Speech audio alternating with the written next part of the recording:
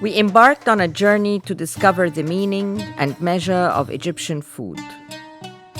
We took a trip into the past, to a land before time, to a place untouched by the changing fortunes of modernity, the Red Sea and antiquity, a land of endless mountains, sea, sand, and mysterious oases.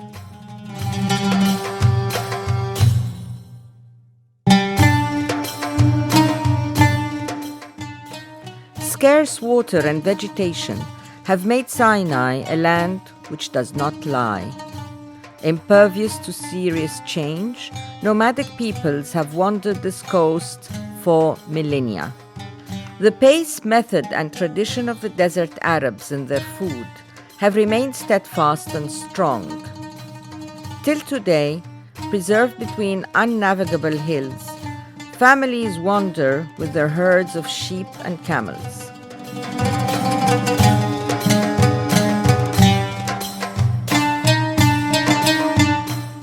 Raising goats and geese from which milk and cheeses have been wrested for centuries has given the Arab Bedouin a structure which he is happy not to change. Family traditions and singular rebellion, which characterized earliest Arab civilizations, have remained the bedrock on which the structures of this age have remained unchanged over time.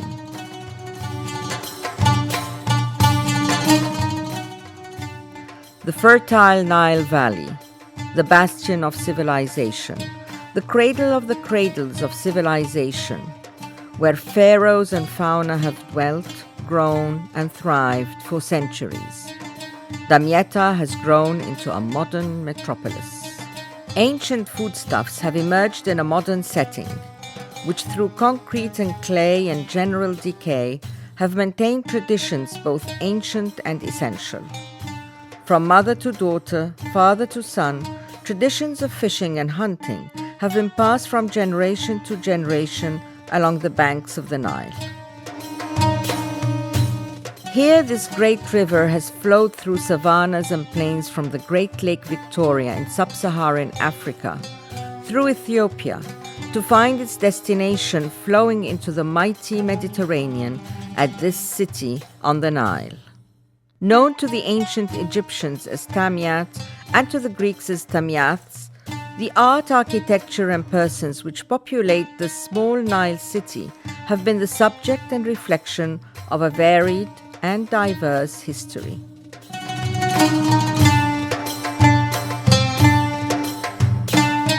But light and hope can be found in the kitchens of hardy mothers and war-worn grandmothers who continue to feed and flatter their children and grandchildren with hearty duck, mushy rice, and luscious soups.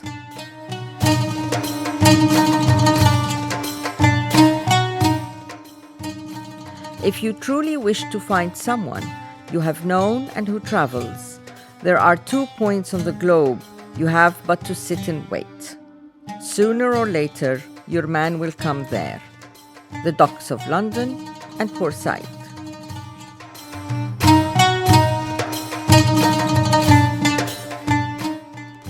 In more recent years, Port Said has continued to embody the traditions of cross-cultural communication and culinary fusion characteristic of this great and ancient land. In the 19th and 20th centuries, this great city on the cusp of the Red Sea and the banks of the Mediterranean exemplified the spirit of modernity and a new world of adventure, trade, and commerce.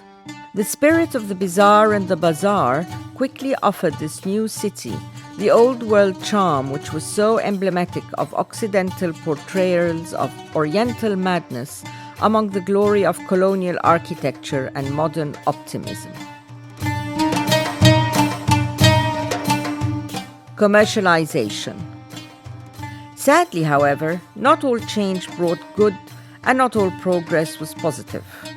As the 20th century marched forward, and the 21st century dawned, chrome and steel colossal chains and commercial giants swept into the cities. Young people abandoned the tableya, and traditions linking us to one another, our past and the land around us came under a vicious assault of the horrific horrors of fast food chains. Trendy Americanization came to dominate the cultural scene. Progress and speed intertwined in inseparable and toxic culinary upstarts. More meat, more cheese, less money. La la la la la. The landscape became riddled with signs, branding, hormone-fed chickens and dangerously drugged cows. The kitchen and the table on which the health of the nation had been built and survived for so long seriously deteriorated and seemed to have all but disappeared.